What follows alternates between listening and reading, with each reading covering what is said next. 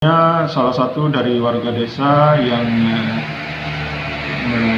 menanam ya, berkebun, kemudian datang ditegur dari warga desa lainnya yang menyatakan bahwa jangan berkebun di situ karena tanah ini merupakan tanah konflik yang belum ada kepastian tentang kepemilikannya. Ini kemudian berkembang jauh dan faktanya seperti yang kami sampaikan itu.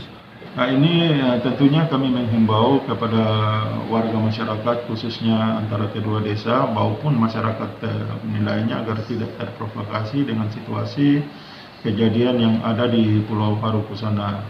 Sekali lagi kami menghimbau kepada masyarakat, marilah sama-sama kita menjaga keamanan, kemudian biarlah proses hukum berlaku bagi mereka-mereka yang melakukan pelanggaran atau melakukan pengerusakan di sana.